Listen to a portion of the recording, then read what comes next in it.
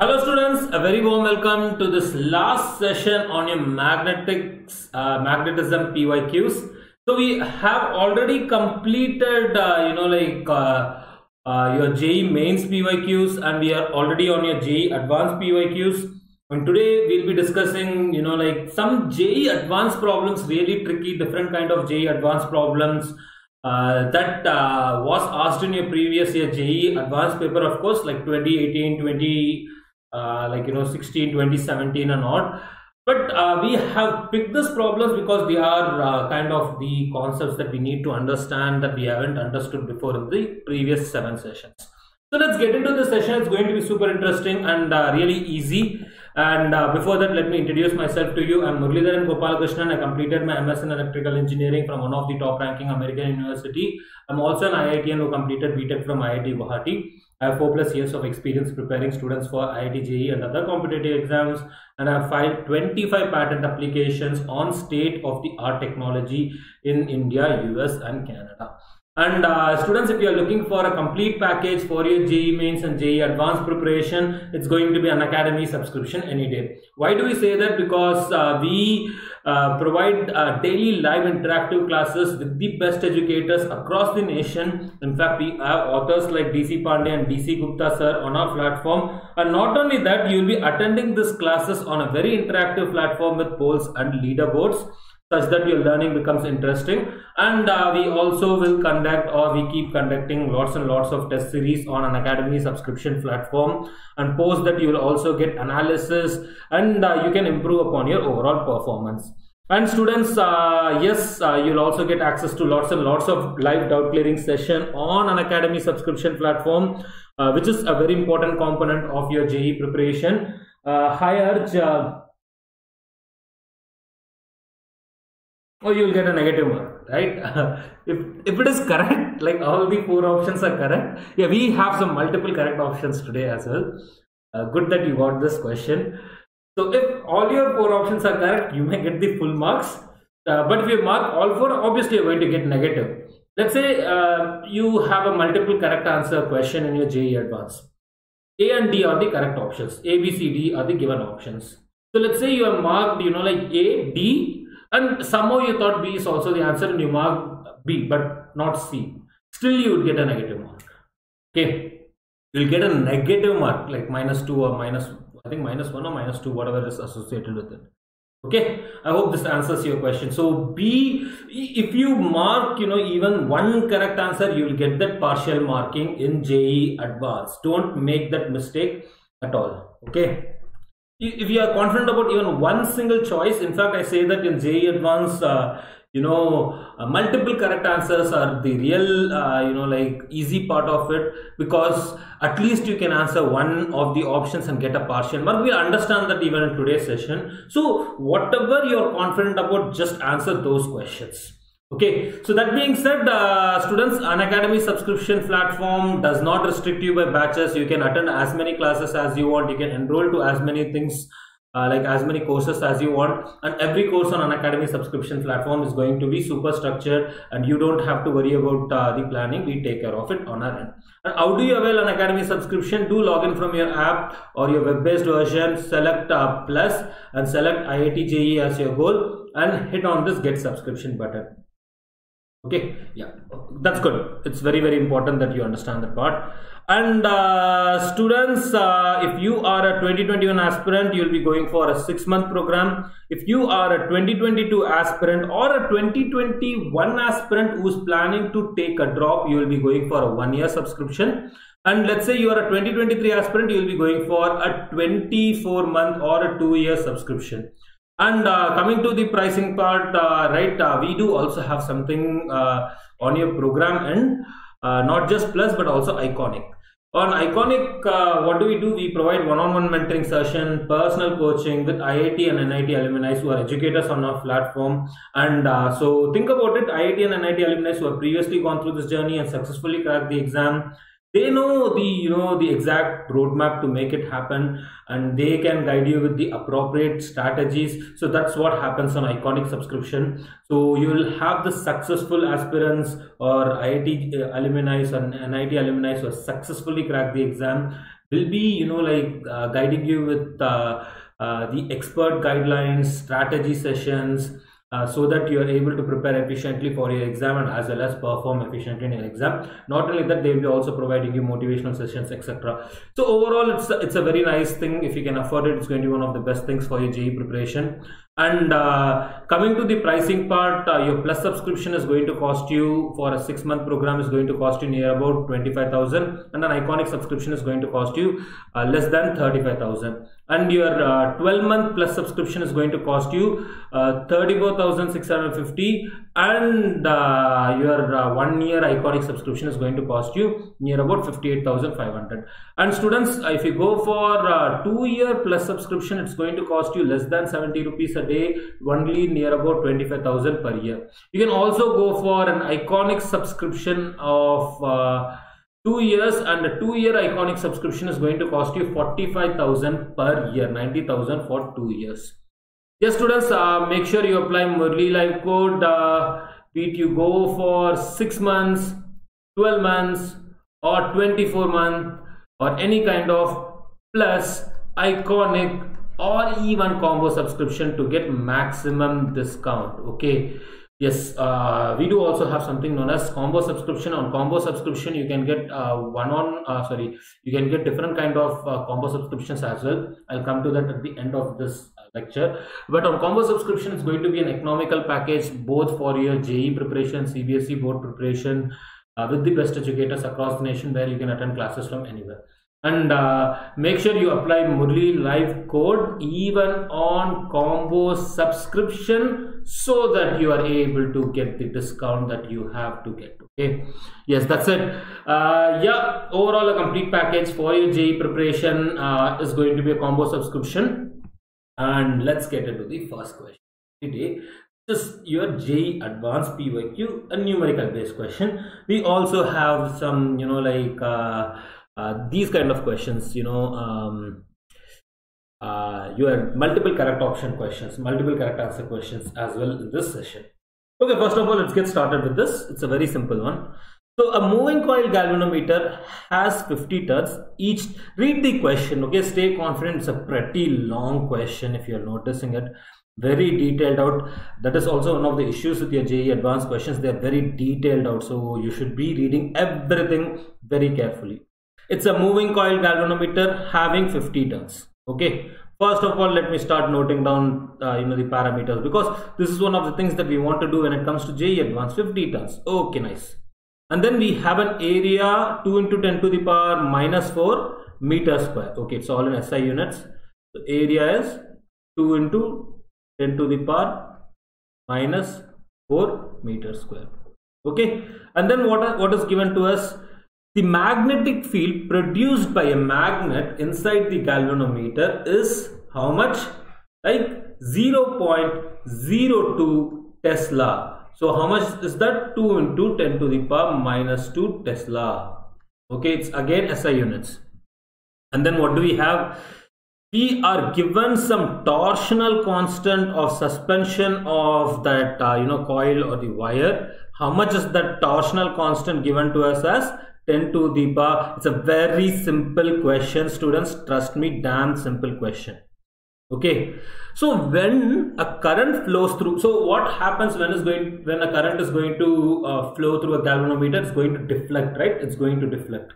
Similarly, when in this case, it's going to deflect, and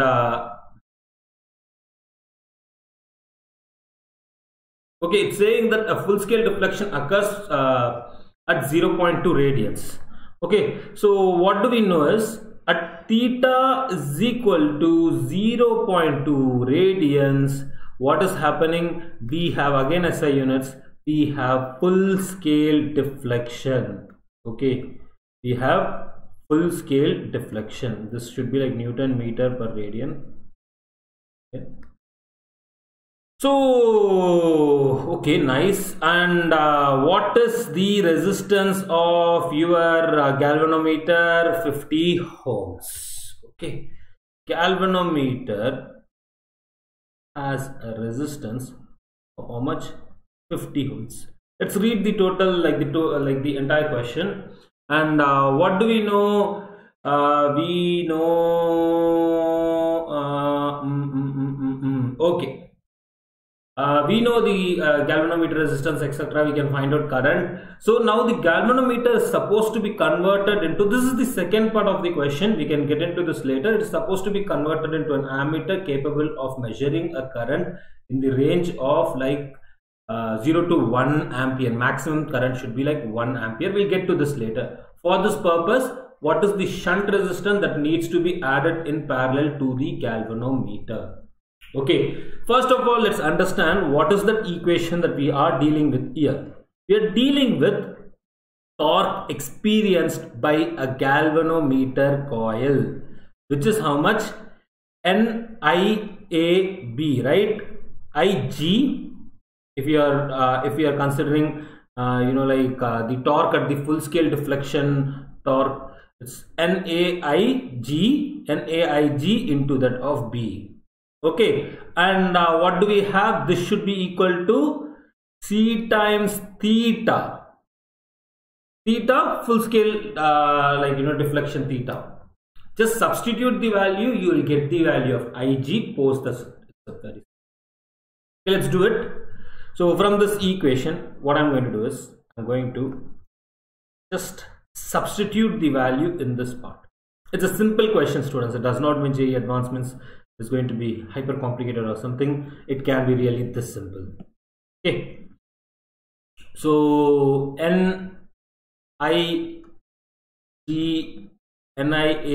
into B, right? You can work around it. You know how do you get this on all. And what is this going to be? C into that of theta. Let's substitute the value all in SI units. So 50 turns. Okay, we already did it. So it's 50 turns. Full scale deflection current, we don't know that yet. And what is area? Area is 2 into 10 to the power minus 4 meters square. You can write it down or you can do it this way, but I do recommend that if the question is sounding very complex to you, just break it into multiple parts. That would make your life easier. Make sure you're doing it all in SI units. Okay, NIAB, we have done it already. Okay, is equal to how much? C times theta. See, you'll notice that the current value comes out to be very friendly and you will really love it. What is it? 10 to the power minus 4. And what is the radian value for full scale deflection? 0.2. Little bit of electrical measuring instrument question, but also your magnetic field question. It's a simple one. Overall, it's a nice, simple, easy, sober question is what we have now. Okay, so 10 to the power, this thing, it's 10 to the power. Okay, we can cancel out 10 to the power minus 4 as it is, and 10 to the power minus 2. So this is like 100 and 10 to the power minus 2 gets cancelled out, and 10 to the power minus 4 and 10 to the power minus 4 on the other side gets cancelled out.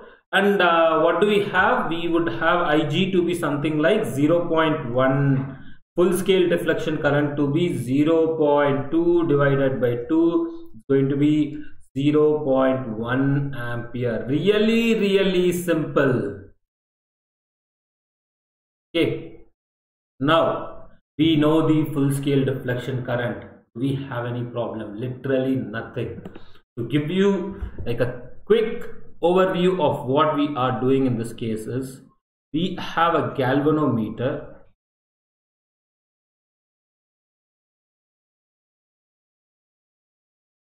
and we have a shunt resistor. Okay, let's name them, else it's going to be like a little bit.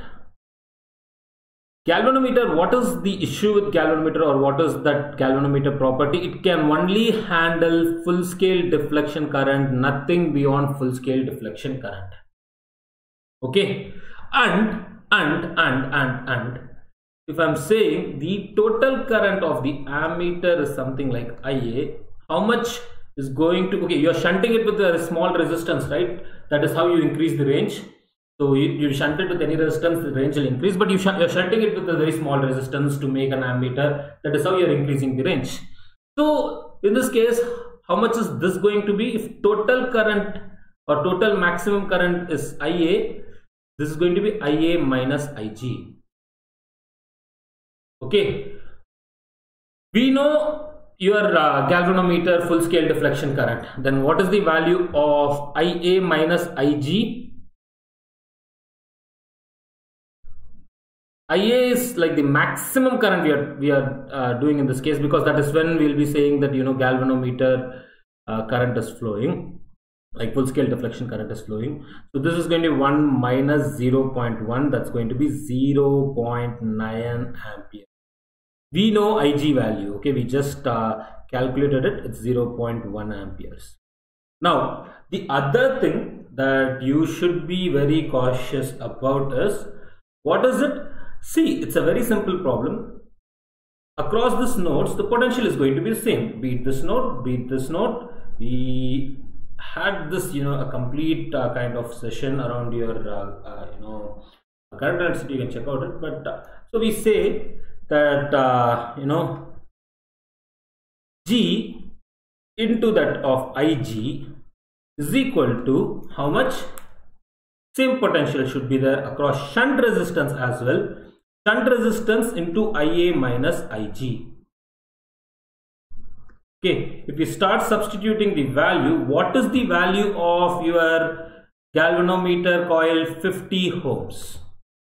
Okay, 50 ohms into full scale deflection current 0.1 ampere is equal to how much? Shunt resistance into 0.9 amperes. That's it. So what is this going to be? Your shunt resistance is supposed to be how much? Like this just cancelling out decimals. So your shunt resistance should be 50 by 9, isn't it? Your shunt resistance value should be 50 by 9, and 50 by 9 is how much? Like 5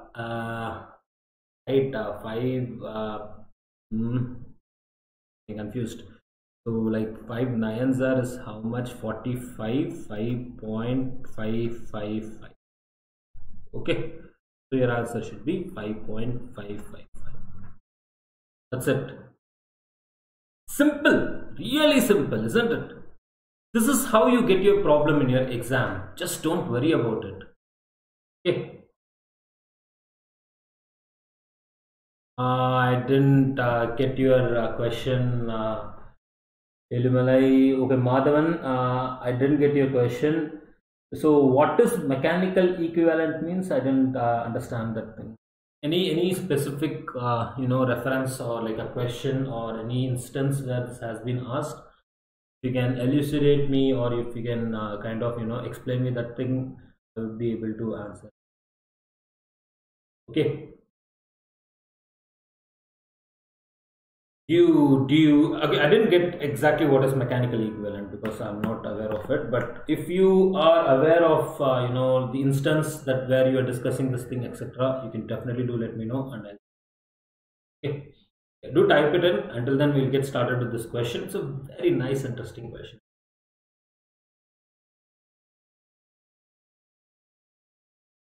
Okay. See, read the question first of all. It's a simple question. First of all, have this thing in this mind that it's a very simple question. So in an XY plane, it's going to look lengthy. It's lengthy in fact. Y greater than 0. That is this part. This diagram was given to you in the exam. Okay, a magnetic field of B1 K cap. So it's in the K cap direction. Okay, there is a magnetic field B1 K cap, and Y less than 0, it is B2 K cap. Okay, Y greater than 0, B1 K cap, Y less than 0, it's B2 K cap. And what is happening is, you have a positively charged, okay, you have a positively charged particle which is projected from the origin along y-axis. Okay, it is projected along y-axis, but would it travel that way? If it's projected along y-axis with a velocity v0, do you think still would it be v0? I'll get to your question just a moment. Okay, it's a very nice, interesting question actually. Okay, come to your question. And that is at time t is equal to 0. Some V0 value is given to you, pi meters per second. As shown in the figure, neglect the effect of gravity in the problem. At time t is equal to capital T, when the particle crosses the x-axis from below. Okay, and given to you that B2 is equal to 4 times B1. That means value of B2 is greater than that of B1. Okay, now we know everything, and what has been asked, the average speed of the particle in meters per second along x-axis in the time interval t is how much? Very simple question. I'll get to that. Before that, let me phase difference, mechanical equivalent.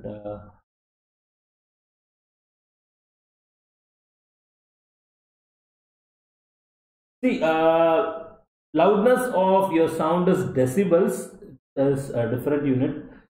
Phase difference also is dimensionless, right?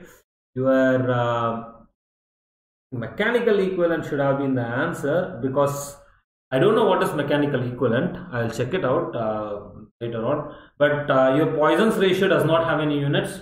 Your phase difference does not have any units. Your loudness of sound is in decibels. Decibels is 10 log something something intensity by intensity.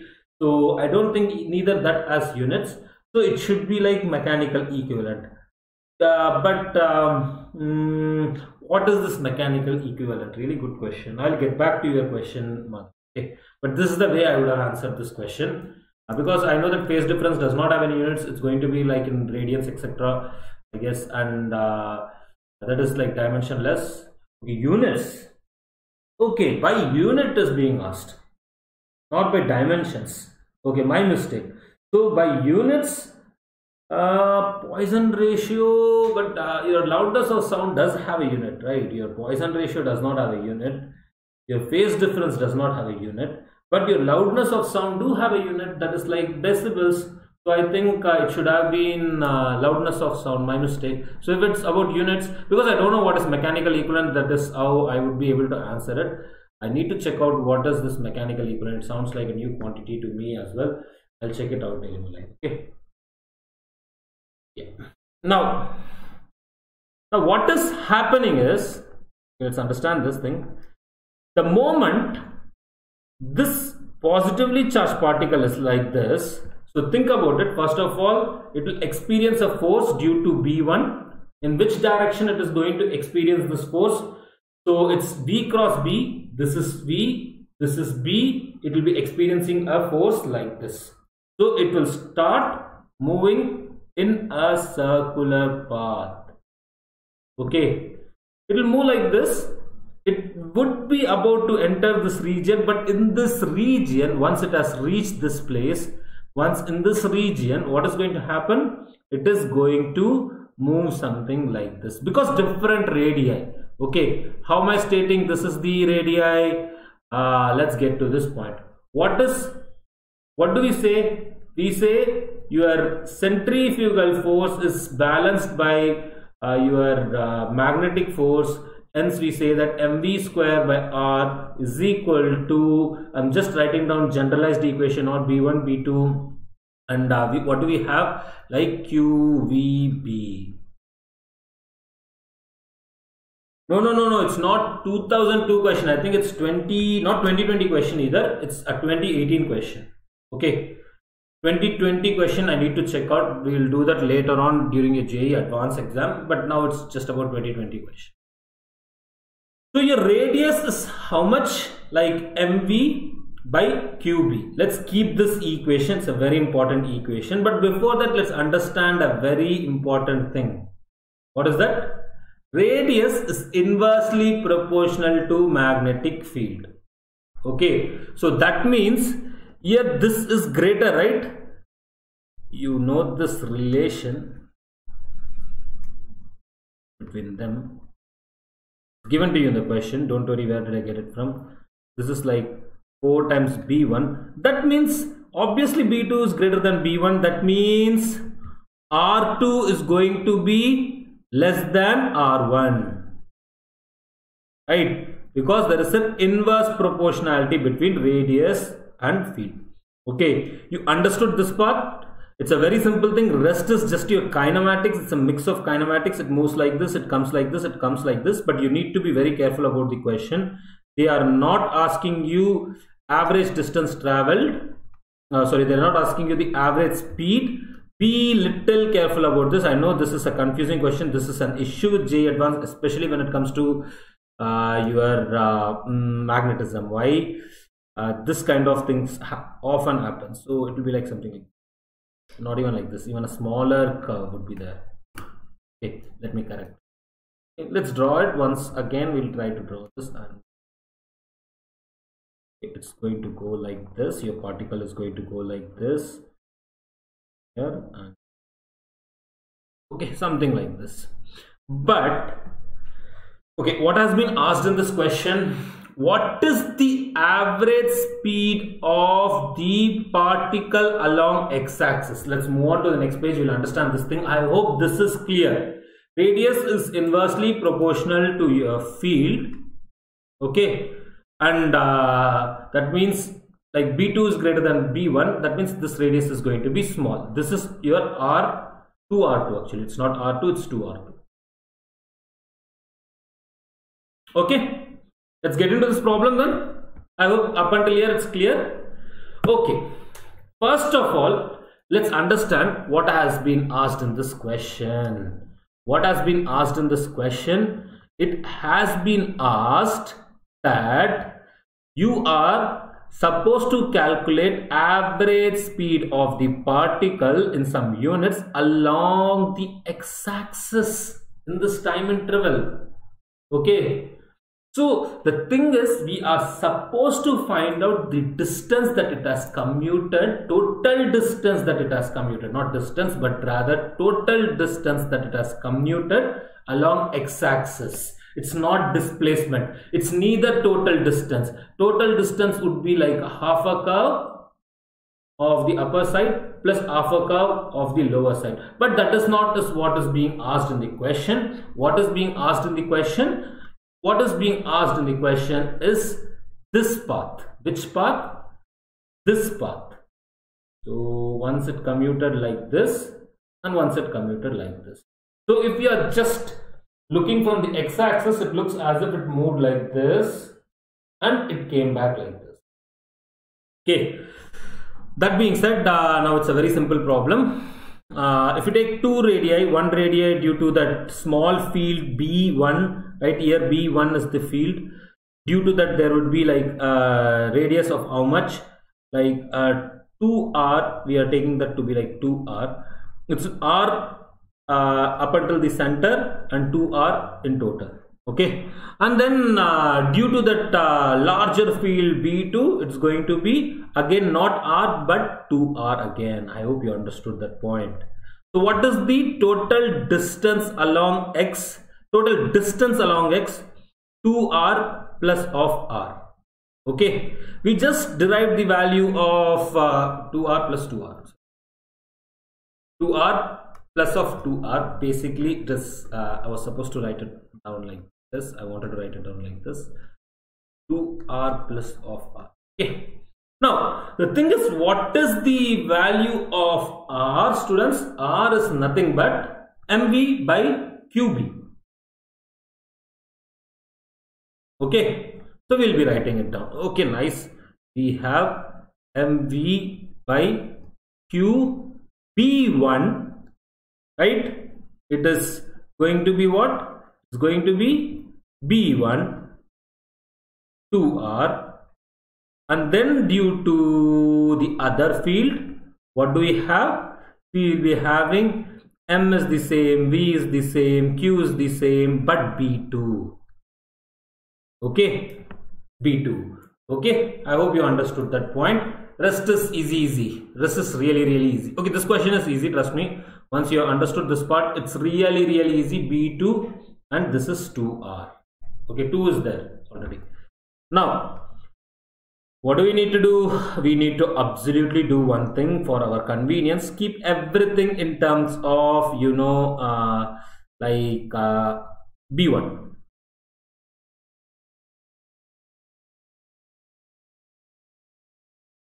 Okay, so what is the relation between B1 and B2? B2 is equal to 4B1.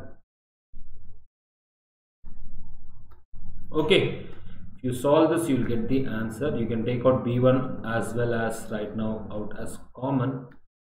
So we will be doing that later on. Okay, let's first of all write down the value of x before we conclude the x point. Okay, from the earlier thing we have 2mv divided by qb into that of how much do we have in the brackets? 4 would be the common denominator, 5 on the top, so it will be like 5 by 4. What is this? This again, this is not just distance, this is total, this is not displacement, or this is neither total distance, this is distance along x-axis. If I'm just looking from x-axis over, like you just project it on x-axis and look at that particle, distance along x-axis. Make sure if you get this point, because this is very important. And let me ask you another thing. What is, okay, this is a very important thing, right? Okay, a particle is traveling like this. Okay, particle is traveling like this. Okay, now the question is how much of the distance it has completed. It has completed. If radius of this path is like r, capital R, how much time is this taking? It's going to take some time like pi r, capital R. Only half of that has been completed, right? Divided by, sorry, my mistake. Okay, totally my mistake. So what is the time supposed to be? Yeah, I think we are on the time. Just a moment. It's v. Correct? Yeah. So yeah, it's distance by speed. It's going to be pi r by v naught. Similarly, yeah, just correct it at the end. Yeah, I think we said correctly in the first instance. Then I don't know, for some reason we got it in the other. And then due to this path, like in this path, what is the time taken? Let me do a thing. Okay, let's do a thing. Let's understand this in a little different way. It's a very simple problem.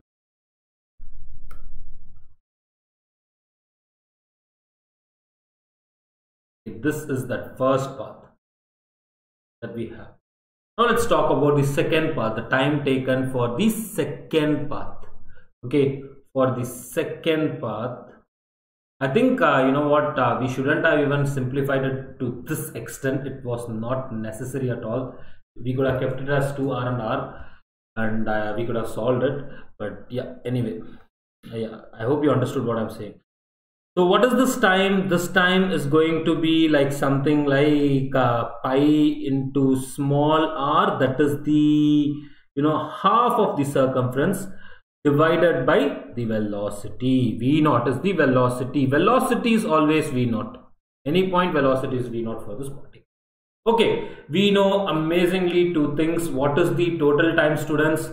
Total time is going to be like total time t. Okay, the t is the time when it is crossing the axis from below, right? This is the time t. It's going to be t1 plus of t2. This could have been a damn simple problem if at all we shouldn't have done that x etc. Why did we substitute? I don't have any reason to substitute it. I'll come to that point. It's a damn simple problem actually. I didn't even notice it. I noticed it right now. Okay, I'll come to that point. Okay, let's solve it first systematically, then I'll come to the point why it could have been the easiest problem ever. Okay, so t is equal to t1 plus of t2, and what do we have? We have something like pi into r divided by that of v naught plus of pi into small r divided by that of v naught. Okay, I didn't Never expect that this was that easy a problem. So what do you have? Pi by V naught into that of R plus of R. Okay, you can substitute the value of R plus of R and do a similar thing. Okay, let's do that. I don't think this is necessary though for our understanding, etc. But anyway, I will quickly write down the value of R and R, whatever R value we have. But okay, it's unnecessary. Just try to substitute it and get the answer. But what I'm saying is, whatever we have done until now, like this calculation was totally unnecessary. Okay, we could have avoided it if we had gone by the logic. Okay, this itself is good enough, isn't it? We don't need to do everything. X is equal to 2 into R plus of R. It's done. So we would have your X is equal to 2 into R plus of R, and your total time to be how much? Like pi by V naught R plus of R, isn't it? Now if we are saying that we need to find out what average speed, right? Average speed is how much? Average speed is total distance, in this case total x distance, by time. That's it. That's the average speed. Now in this case, what do we get? We'll be having some, total distance to be 2 into that of R plus of R on the numerator, and on the denominator we have pi divided by V naught into that of R plus of R. See, such a simple question it is. It's a JEE advanced question. I didn't know that, I thought we should be doing it systematically, but anyway, you got a gist of how to solve the question. Okay, it was to try to give it in terms of R and R. Even if the magnetic field was not given to us, we can still come up with the answer. Okay, it's really that simple. Even if the magnetic field was not given to us, we can get the answer. So from here we know average speed is how much? 2 B naught by pi. Some units, we'll understand that what is that units. Okay, it's a really simple question, students. I didn't expect it. Okay, average speed. A damn simple question. Okay, that means average speed is how much?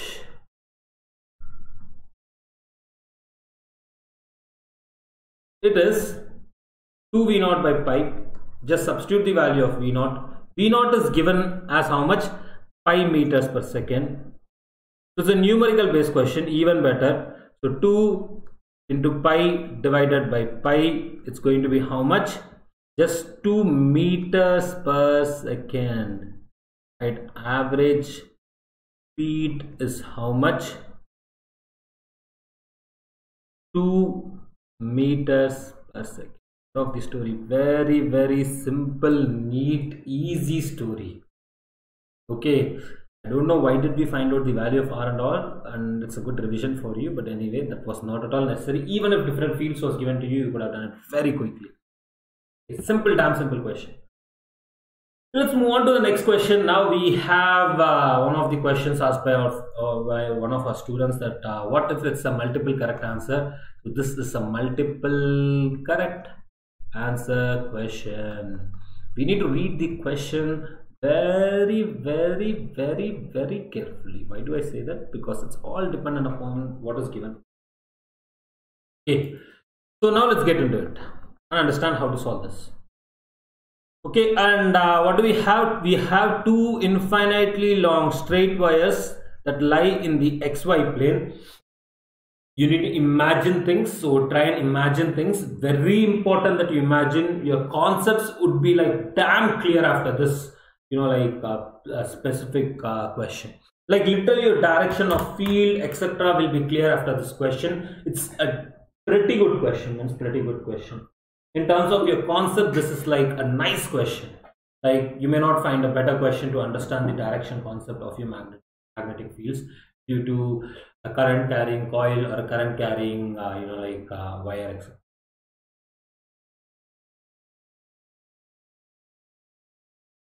Okay, there is two infinitely long straight wires in the xy plane along x is equal to plus minus r. That means it is extending, it's in xy plane, that means it's going along, you know that it's parallel to y axis. One is at plus r, other is at minus r, because there are two infinitely long straight wires.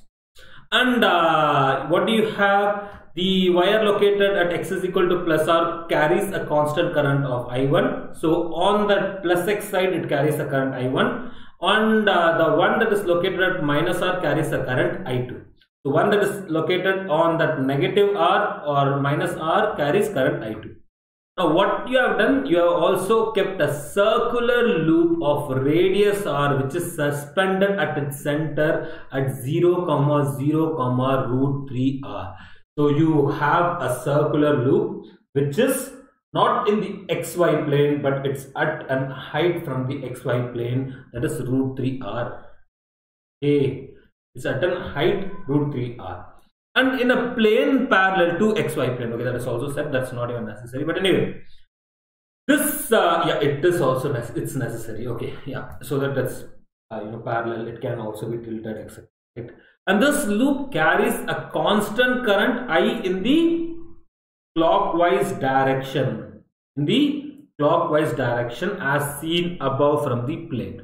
Okay, now the current in the wire is taken to be like positive, like J direction. So originally it is a positive J direction current. You throw in a negative sign, it will become a minus J direction, don't worry about it. Then in that case, which of the following statements regarding the magnetic field is true? Nice question, really nice question to understand direction. Everything is just based on direction in this question. Okay, multiple correct answer, so be very careful and try to understand this. Let me come to a method of solving this problem. First of all, let's get started with first option. First option says if I1 is equal to I2, then vector B cannot be equal to 0 at the origin. So your field will not be 0 at origin if I1 is equal to I2. So this is how it would look like.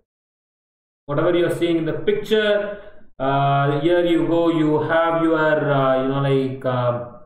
your x-axis, you have your y-axis, this is your x-axis, this would be your y-axis, and here is your current carrying wire at plus r, and this carries current along y-axis, how much I1 current, and there is another wire at minus r. At minus r, what is the radius of this loop? That is also r. Okay, minus r and I2 in the plus x direction.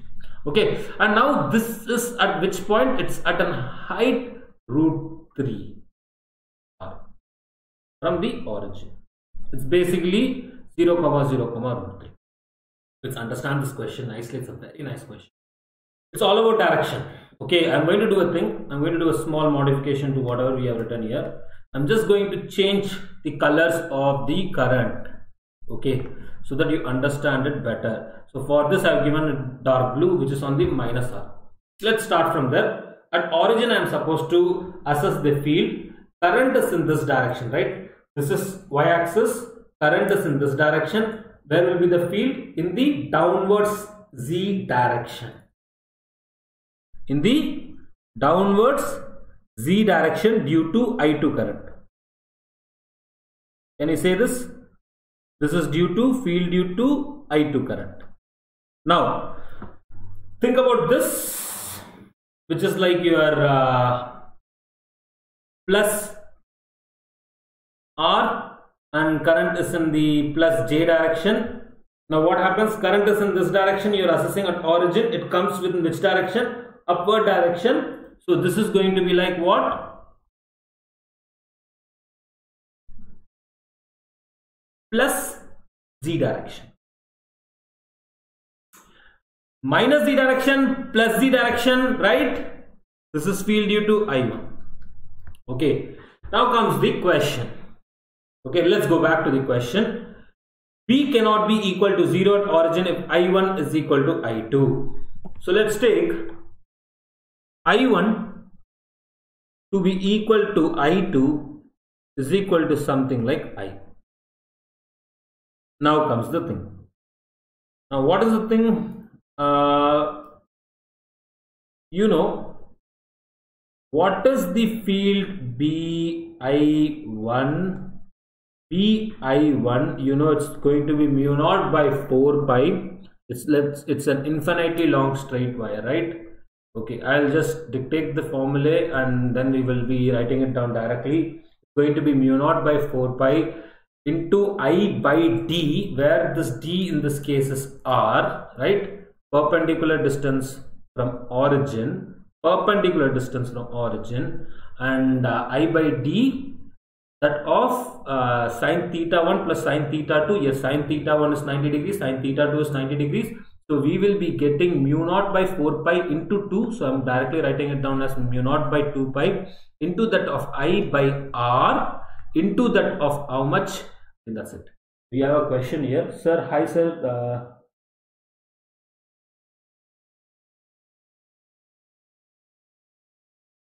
Your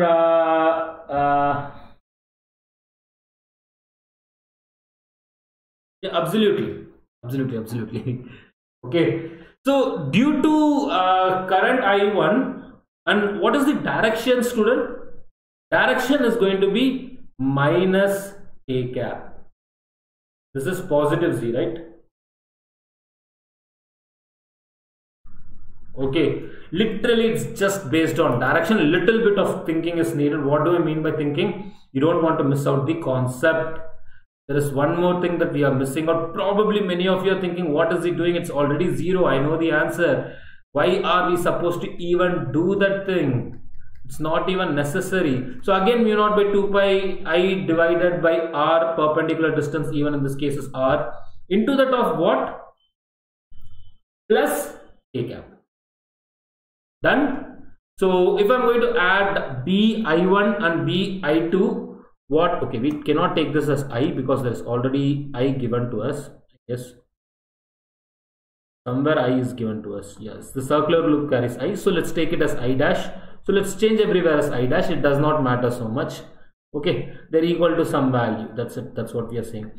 But what is total due to BI1 and BI2? If we add both, what do we get? They are of the same magnitude but in the opposite direction, isn't it? They are of the same magnitude but in the opposite direction. So that should be how much? Be like 0. Oh, that means is the field 0? No, the field is not 0. Why would be the field be 0? If they told you that if I1 is equal to I2, then vector B cannot be 0 at origin. Let's rethink why it's not 0. Okay, what is the condition given to us? I1 is equal to I2. Okay, here is your I2 and here is your I1. But what about your I? The loop current. The loop current is going to be in this direction, right? Is going to have a net field in this direction. This is due to what? This loop. Okay, so due to the loop there would be a current, like there would be a field. So net field cannot be 0 because it's a non-zero current, right? Your I is not given to you as 0 unless it is given to you as it can be 0. Yes, that is the moment it can be 0.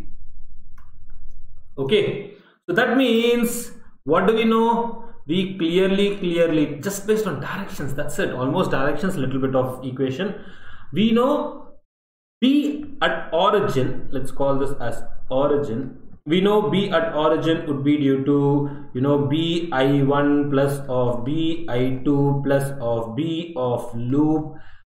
Anyway, your B of I1 plus of I2 is going to be 0. We just calculated it given that I1 is equal to I2. And that means your B at origin is the same as B at loop, which is non-zero. End of the story. That's it. That's all you need to know. And you got the amazing, you know, like the result that you wanted. Okay, that means option A is correct. Okay, nice. Option A is correct. Let me erase everything and let's do A is correct. Now, notice option 2 and 3. Among this, only one can be correct. Why? So one says if I1 is greater than 0 and I2 is less than 0, greater than 0, less than 0, what does that mean? I2 is in the negative y direction. Then B can be equal to 0 at the origin, or else I1 is less than 0 and I2 is greater than 0. In that case, B can be equal to 0 at origin. Only one of them has to be correct. Let's assess which one is correct. Then we would be getting the final answer. Okay. So case 1, we take I2 to be less than 0. Okay. And I1 to be greater than 0. What does it mean? I1 is along positive j direction. I know in your question it's given as positive j. Don't get confused. This is how I1 is flowing. This is how your I2 will be flowing. Okay. Now also don't forget the loop. There is also a loop. Now due to this loop, we just saw the field is going to be in the downward direction. Net field is going to be in downward direction. Move around the circle, assess the field. It's going to be in which direction? It's going to be in the downward direction. That's it. So this is due to loop. Now we need to see if due to this wires the field is going to be in the same direction. If you understand. Okay, if the current is flowing in the opposite direction, they are on the other side of that point. The field is going to be in the same direction. We need to assess which is the direction of the field. If I1 is in this direction, it's going to be upwards due to I1. Right? Yes, are we correct? Yes, we are correct. And due to your I2, also it's going to be upwards. Just put your finger along this direction. It's also going to be upwards. So this is also in this direction.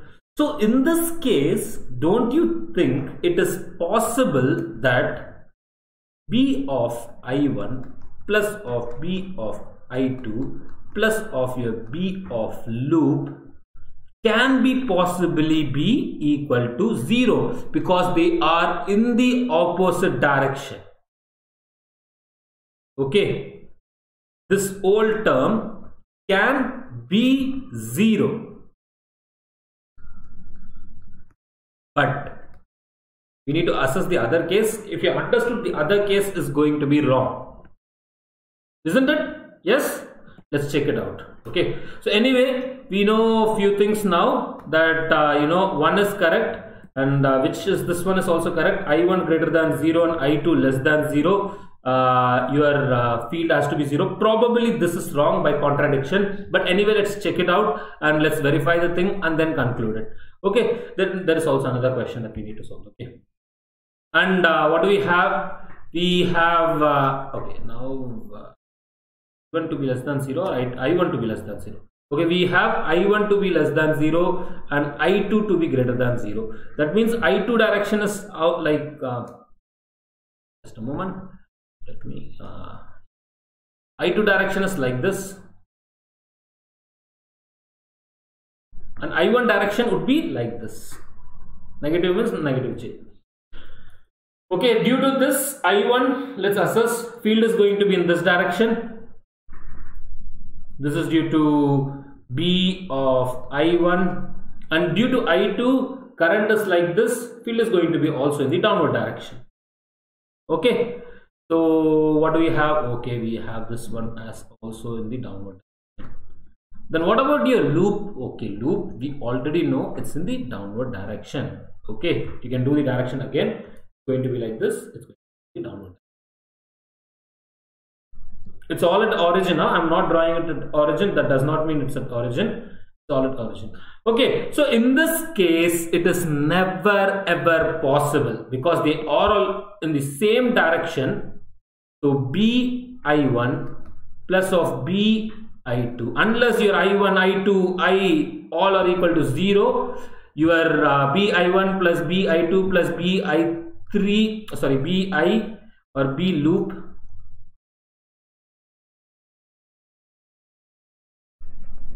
so unless all the currents are 0, it's never possible that you get this to be 0. So your B I1 plus of B I2 plus of BL can never be 0.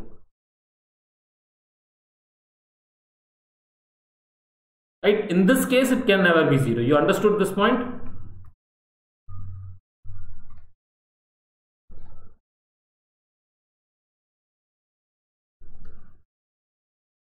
So this is wrong. Okay. Otherwise, as well, we understood it's wrong. And then we have the fourth option that we need to evaluate. If I1 is equal to I2, we already know what happens if I1 is equal to I2. Then Z component of the magnetic field at the center of the loop. Read the question carefully. Read the question carefully. It's at the center of the loop is going to be. Let's understand this. This is a very interesting, damn interesting problem. Just based on directions. At the center of the loop, due to the loop, this is the field, and how much this should be mu naught by 4 pi into that of I divided by R. If R is the radius of the loop, then it's mu naught by 4 pi I divided by R into theta. Theta in this case is 2 pi. So you will be getting something like mu naught by 2 R into that of I. Okay, this is due to the loop, right? Now coming to the part of this current carrying wires. Now how do you work around it? Perfect question to understand everything, students. Just stay focused. You'll understand it with immense clarity, but just stay focused. This is the current. Okay, let's write down the current direction. Now what are we supposed to do? To the center, we are supposed to drop a perpendicular.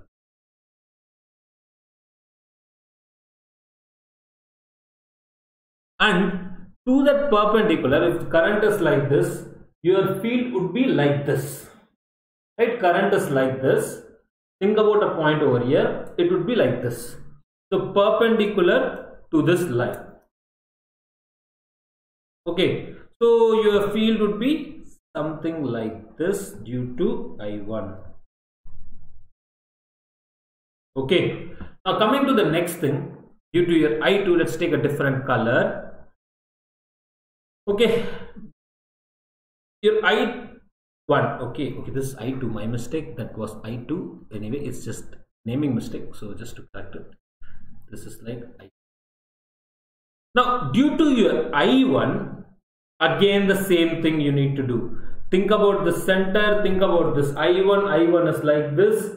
What is happening? Perpendicular to this line.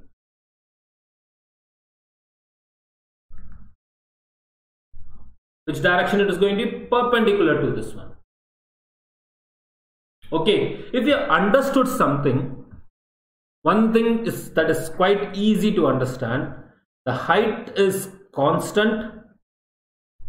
That means this is going to be like some theta. That means this is also going to be like theta, because they are at the same distance, R and R, and height of the loop is constant, and that is like how much? Root 3R, right? And then if this is theta, if this is theta, what are these angles going to be? This is like 90 degrees, so this is going to be like 90 minus theta. How about this? If we are going to calculate for this is as well going to be 90 minus theta. Is that it? Let me just quickly have a look at it.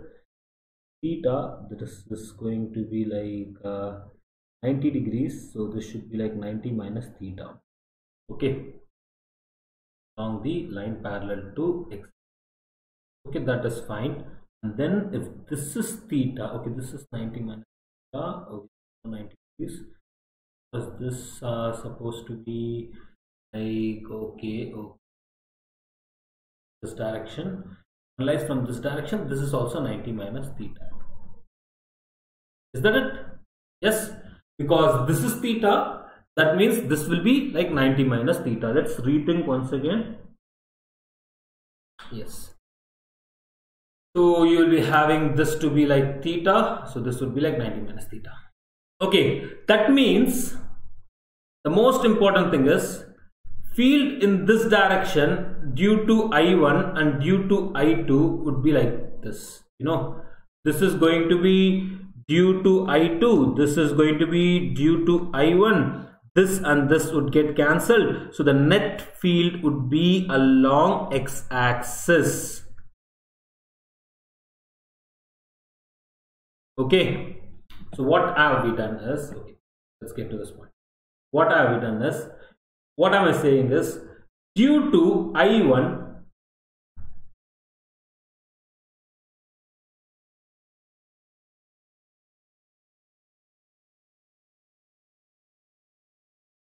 okay, actually a mistake, students. This is theta. This is supposed to be what, 90 minus theta, right? Then this would be what? This would be theta. Okay, let's correct that point, and let me analyze for this thing separately, because I'm not getting any clarity in that clustered figure. This is 90 minus theta. This is theta. And this should be theta. So correct it. It should be all theta, theta, theta. It's not 90 minus theta. Somehow some mistake has happened due to that clutter. But anyway, direction is going to be like all along x-axis only. This is theta. This is also going to be theta, right? We just understood that point. This theta. This is 90 minus theta. This would be like theta. Similarly, for the other side as well, we will have that. This is theta. This is going to be 90 minus theta. And this is going to be theta. But anyway, your net field is going to be what? If this is theta, if this is like theta, this is theta and this is theta, we would be having something like, let's say, magnitude due to this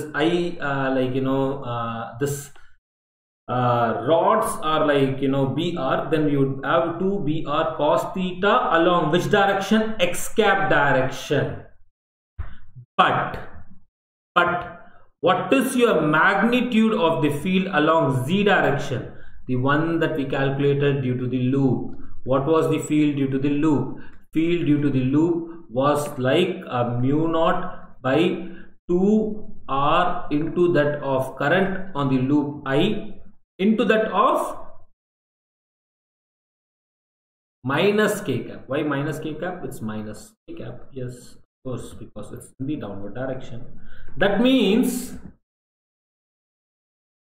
if I1 is equal to I2, still it would be 2b cos theta. If I1 is equal to I2, that is when you can say this is b and this is b, right? We can just take this to be like br and this to be like br. If I1 is equal to I2, we can write down this expression only if I1 is equal to I2, else we can't write down this expression. Neither the field would be 0 along the z-axis direction. Okay, I hope you understood that point as well. That means what is the field along z-axis direction? It's only mu naught I divided by 2. I hope with the end of this question you must have got good clarity about all the kind of different things that could be possible in your exam. Okay, there is this interesting problem. We will take it up maybe in your JEE Advanced session. I believe this much should be good enough for your JEE Mains. Must have got a good understanding, but do solve this question. This is a very interesting question. This is also a very nice question. We'll solve that in the upcoming sessions or later on. So yes, that being said, students, tomorrow at 10 AM on your special class from 10 AM to 12:30 PM on Friday, that is tomorrow, we'll be having your gravitation PYQs. If you have missed any session before, do attend the session. I'll try to pick up those choosy problems that is necessary for your exam. Don't miss it out. It's on your Unacademy learning app, so definitely do attend it. And students, we have already completed electrical measuring instruments in one shot on your Unacademy learning app. It's a free of cost full length lecture on your electrical measuring instruments, right? It's a free class, and all you need to do is like attend this for just 4 hours and you will be able to attend one question in your exam. It can be also JEE Advanced, but definitely in JEE Mains. In JEE Mains you may get one or more question from your electrical measuring instruments. In total 3 or like 2 to 3 or 3 or more questions from current and electricity, but one question is just going to be from your electrical measuring instrument. And we have discussed every single concept around electrical measuring instruments. This includes moving coil galvanometer, torque on the coil of the galvanometer, potentiometer, application of potentiometer, why not voltmeter to measure EMF, what is the difference between ideal voltmeter and practical voltmeter, how to convert your galvanometer into voltmeter or an ammeter by shunting or adding a resistance in series, or what is meter bridge, and as well as the errors associated with meter bridge like N correction, etc. Everything just in this 1 4-hour session. Even if you're doing revision, this is an ideal session to attend, and don't miss out that question. Definitely you'll get a question. Generally, definitely you'll get a question in your JEE mains. And students, do download Telegram app if you don't have one, so that you can click on this link which is available in the description box below. This is our JEE English team's Telegram channel, where you will be able to get before time live updates on every session conducted by our JEE English team, right? Be it on Unacademy learning app or YouTube. Not only that, students, we keep you updated with the latest news regarding your exams, etc. on this Telegram channel. So do get onto our Telegram channel. And that being said, students, if you are looking for a complete package for your JEE mains or JEE advanced preparation, it's going to be an Unacademy subscription platform any day. Because we provide daily live interactive classes with the best educators across the nation on a very interactive and attractive platform with live polls and leaderboards, where your learning becomes interesting. And not only that, we also provide lots and lots of test series set by the best educators, post which you will be also getting analysis on this test series, through which you can improve your overall performance. And not only that, students, we also provide lots and lots of live doubt clearing session, which is a very important component of your JEE preparation. And apart from that, you will be having this live doubt clearing session in a very structured manner in your every course. So you will be having dedicated live doubt clearing session as your fourth session on every Unacademy subscription program. You can also enroll to as many programs as you want. There are no batch restrictions, and every program, every course would be taken in a very systematic and structured manner. And coming to what is the program for you, you know it best. But if you're a 2021 aspirant, you may want to go for a 6-month program. And if you're a 2021 aspirant planning to take a drop, then you may want to go for a 12-month program, or you could be also a 2022 aspirant. And if you're a 2023 aspirant, you'll be going for a 24-month program. And we have discussed about Plus. We also have something beyond Plus known as Iconic. On Iconic, you will not only get access to the features of the Plus that we just discussed, but as well as you will get access to the best educators across the nation with whom you can attend, personal mentoring session, one-on-one coaching, etc. So we also have IIT and NIT alumni on our platform, with whom you can attend this one-on-one mentoring session, personal coaching, and and get the kind of things that you need for your exam. So they will be like your personal coach. They will be guiding you with your with motivations, strategies that you need to successfully crack the exam. They have previously gone through this journey. They know the ups and downs, and they know the successful strategies to crack the exam. And coming to the pricing, a 6-month Plus subscription is going to cost you near about 25,000, and a 6-month Iconic subscription is going to cost you less than 35,000, and a 12-month Plus subscription is going to cost you near about 35,000, less than 35,000, and a 1-year Iconic subscription is going to cost you 58,500, and a 24-month Plus subscription, a 2 years Plus subscription is going to cost you less than 70 rupees a day, near about 25,000 per year. And you can also go for an Iconic subscription, which is also going to be economical. It's going to cost you near about 45,000 for 2 years, 90,000 for 2 years, and 45,000 per year. And make sure you apply Murli Live code, be it you go for Plus, Iconic, or as well as any kind of Plus Iconic. It can be 6 months, 12 months, 24 months, etc. Or as well as for your combo subscription, so that you can get your maximum discount on your subscription purchase. Yes, students, we have recently introduced something known as combo subscription, where you can get both your JEE board preparation, JEE preparation, and CBSE board preparation at an economical cost with the best educators across the nation, where you can attend these classes from anywhere. So yes, we do have different combinations of this combo subscription, like Iconic Plus, we have Iconic, we have Plus and Plus, we have Plus and Iconic, and this can start at 3,037 per month. Okay, and make sure you're also applying Murli Live code here, because you will get maximum discount also on your combo subscription. Okay, you'll be getting maximum discount also on your combo subscription. And students, that being said, you can take your JEE preparation to next level with our personal coaching, with our JEE English team, and you can do that with a team of IITians, like NITians and head of coaching institutes. We will conduct IIT JEE workshops and give you expert guidelines throughout your journey. And we have recently launched, we are launching this revisathon for JEE Mains 2021 aspirants, which is going to be 8 days, 50 intensive sessions with the 26 top educators of our platform, where you will be getting full JEE revision by the best educators for absolutely free. And do not forget to like and share this video with your friends on your social media. Definitely do share it, students, and subscribe to this channel and click on that bell notification to get timely updates. And yes, do share it on your social media like WhatsApp, Facebook groups, because you're sharing knowledge. It will definitely help your friends as well as to excel in the pursuits.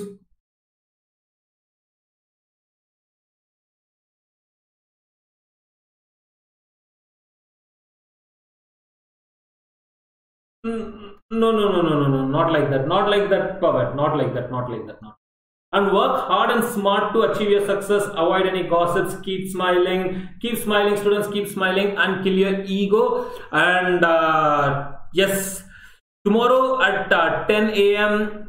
you have your gravitation PYQ. I'll come to your question, Pawan. Okay, a gravitation PYQ session on your Unacademy learning app. Okay, Unacademy learning app, so don't miss it out. And students, do apply Muralidharan code whenever and wherever necessary. It can be like unlocking your plus subscription for free for a trial period, or it could be like availing maximum discount on your any of the subscription purchases, or it could be also like getting your Unacademy Combat for free of cost, and unlocking many features. You can apply Muralidharan code. I'll get to your question, Pawan.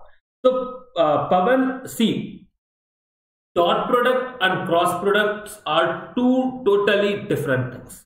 Okay, so understand it this way: they are not like the multiplication that you do, but it's like a kind of physical multiplication that you are doing. What do I mean by physical multiplication? It may be a mathematics concept, but you can apply this in real life, right? To find out a torque, I'm going to always apply a cross product.